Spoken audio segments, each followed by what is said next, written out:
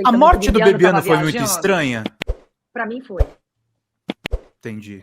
Do dia pra noite, um atleta, um cara, tá? E o sumiço da mulher dele, da Renata. Muito estranho. Você É chegou a muita conversar dor. com elas depois? Não, nunca conversei. O que eu sinto é a dor, né? A decepção. Ele Bebiano apostou muito ajudou. ali também, né? Bebiano largou a vida dele. Eu larguei. Eu no meu escritório de advocacia, eu trabalhava, ficava focada 100% no meu trabalho, eu diminuí 50% da minha atividade. Nossa. E da minha lucratividade também, mas graças a Deus, meu marido também tem outra atividade. Deu prejuízo, mas porque eu apostei, mas Bebiano largou tudo. Tudo. E outras pessoas largaram tudo. Luciano Bivar entregou o partido inteiro nas mãos deles. Sim. Combinado o seguinte: se você ganhar, no outro dia você me devolve o partido.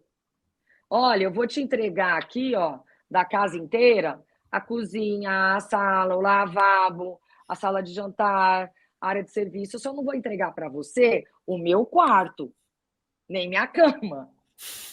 Aí, no outro dia que eles ganharam a eleição, eles queriam tudo.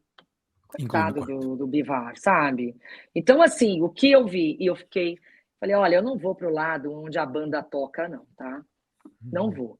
Eu vou pro lado certo, do que eu vi, do que eu presenciei, do que eu vivi. E mesmo assim, Pedro, com muito medo. Com muito medo. Tenho muito medo. Você sentiu muito medo na CPI? Muito. Senti muito medo, porque... Qual CPI você tá falando? A do 8 ou a do Covid?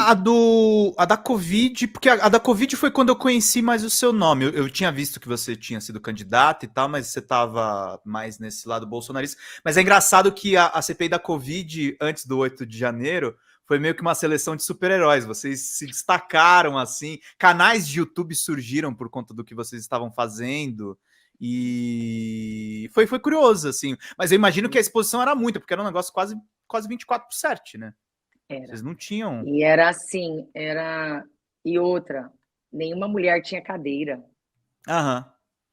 Então a gente não tinha direito a voto. Então, não fosse num outro momento, eu acho até que a gente nem se dedicaria tanto numa CPI, mas era tão grave, era tão sério. Os documentos que chegavam aí nós exigimos. Eu não sou membro, mas eu sou membro desta casa. Então, nós mulheres também naquele momento, Elisiane foi importante, Zenaide Maia importante, Leila Barros, Simone Tebet, Cátia Abreu. Então, nós nos unimos ali, falando, primeiro que nenhum bloco nos indicou.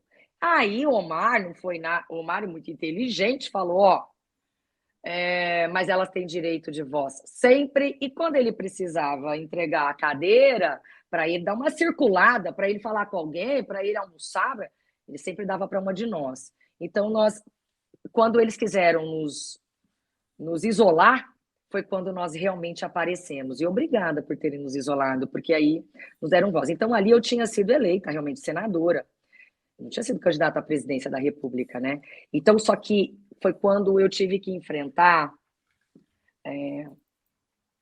a seita. E aí, gente, eu nunca imaginei que uma pessoa que imitasse alguém em agonia, ela pudesse achar aquilo bonito e continuar com ele. Mas se fosse só isso, ok, poderia dar, né? Aí, mas outros fatos, e outros fatos, e outros fatos. Aí atrasar. Dória colocou a vacina muito mais rápido. Sim. Atrasou. Quando o Major Olímpio faleceu, eu estava também com Covid, acho que até pegamos juntos no mesmo dia, porque tivemos uma reunião antes, pegou Lazier, Alessandro Vieira, Nossa. e Lazier e Olímpio era uma reunião, nós todos de máscara. Aí, Lazier, Olímpio e Alessandro Vieira foram para UTI. Eu não. E aí, mas mesmo assim eu fiquei mal. O primeiro dia... Teve sequela? Eu creio que sim. Eu não sou mais assim, a mesma energia, o mesmo vigor. E outra, eu tomei cloroquina com ivermectina. O meu fígado sofreu demais. No hospital? No hospital e para sempre. Hoje eu tenho que tomar Vonal Ah. praticamente todos os dias, porque o meu fígado, ele fragilizou Eu com imagino tanta... a cara que vocês ficaram quando a Bruna Morato foi lá falar da Prevent Senior, né? Pois é. E aí, Uhum. Eu perdi um colega de redação. Morreu também por conta de. nossa, Ele estava transplantado, o coração explodiu. é E algo ele não assim, tinha Covid. pois é. Mas o primeiro dia que eu saí, eu estava com Covid quando o Major Olímpio faleceu, mas o Uhum. primeiro dia que eu saí da minha casa foi para enterrar a Nossa. esposa do meu motorista em Brasília. Eu passei Covid todo em Brasília, e aí o primeiro dia que eu saí foi para ir ao enterro da Luciana. A Luciana, casada com o meu motorista Marcos, eles estavam grávidos do segundo bebê, era o segundo filho do casal. Ela teve. E naquela semana chegou a vacina no DF para as grávidas e para as puérperas. Mas a Luciana foi assim: ela teve bebê numa segunda, ela foi internada com Covid, eles não sabiam que ela estava com Covid. Na outra segunda, ela morreu. Meu motorista estava com o bebê nos braços. Aquilo, o Pedro, e Uhum. todos os dias, quando eu falo de Covid, e eu falava na CPI, em nome da Luciana, em nome do Major Olímpio, eu trago um monte de pessoas assim. A gente viveu ali dentro do gabinete um luto sem fim. Eu não conseguia olhar para a cara do meu motorista, tinha acabado de Eu até perder a vou falar um esposa. bastidor. Eu Meu conheci, Deus, antes dele ser senador, eu conheci o Major Olímpio e eu vi também pela imprensa o sofrimento da mulher dele, né? a Cláudia sofreu demais. Uhum, uhum. E a dor é tanta, sabe, que as pessoas não querem mais nem contato com a gente. Sim. É muita dor. Então, quando eu vi tudo aquilo, eu nunca imaginei que as Uhum. pessoas poderiam ser tão cegas e não ter compaixão. Não morreu ninguém de dentro da minha casa, mas não precisava morrer, sabe? Então eu me sinto na responsabilidade. E o Mandetta, eu pedi perdão para o Mandetta um dia, em 2022. Quando ele saiu, ele falou assim: Soraya, Hum. e logo que ele saiu, aquela briga toda, ele é daqui do meu estado, amigo nosso, tal. Uhum, Aí ele uhum, falou: vão morrer mais de 600 pessoas. Aí eu desliguei o telefone, falei pro meu marido, a gente estava todo mundo recluso em casa, né? uhum, Em uhum. isolamento. Falei pro meu marido, você acredita que o Mandetta falou que vão morrer mais de 600 pessoas? Tá louco, né? Acho que tinha morrido umas 30 mil naquele momento. Falei, o Mandetta deve estar louco, né? É possível, né? É que essa briga com o Bolsonaro, o Mandetta deve estar chateado, eu ainda acreditando. Lembra o Aí, Átila? 1 milhão de mortos. Não, tá exagerado, não sei o que, tá cara. aí Mandetta veio disputar o Senado em 2022 pela União Brasil, e nós, no dia do lançamento da candidatura dele, eu no palanque, eu peguei e falei assim: Mandetta, eu preciso te pedir desculpa em público. Posso ter mil diferenças com você, a gente andou se estranhando muitas vezes, mas uma coisa você acertou e eu duvidei. Então, aquilo tudo, para mim, ele estava certo, e eu te peço perdão. Aham. Perdão. Então, olha, Pedro, não dá livro não, porque são 3 tomos assim, ó, 3 volumes. É, É.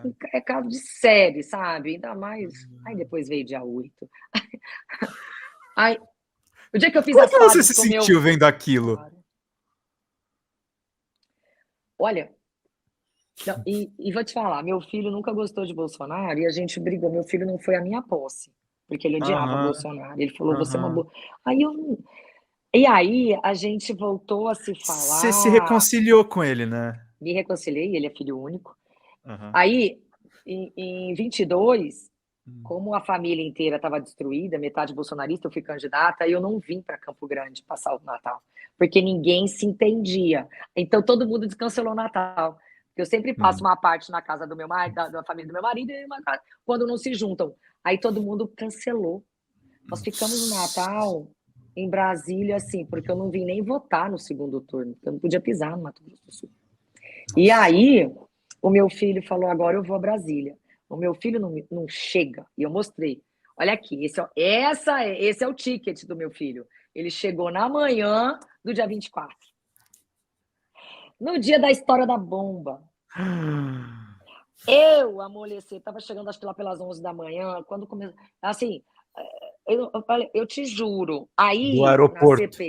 na CPI, eu disse o seguinte: eu, eu me compadeci de. Eu não tive ninguém assim, tão próximo de dentro da minha casa, nem pai, nem mãe, nem irmão, nem sobrinha, mas tive muitos amigos, amicíssimos, parentes mais longe. Mas eu não precisei de que alguém tivesse morrido na minha casa de Covid para eu me solidarizar e para eu fazer alguma coisa. Agora, no dia 24, no dia da bomba, eu era uma mãe.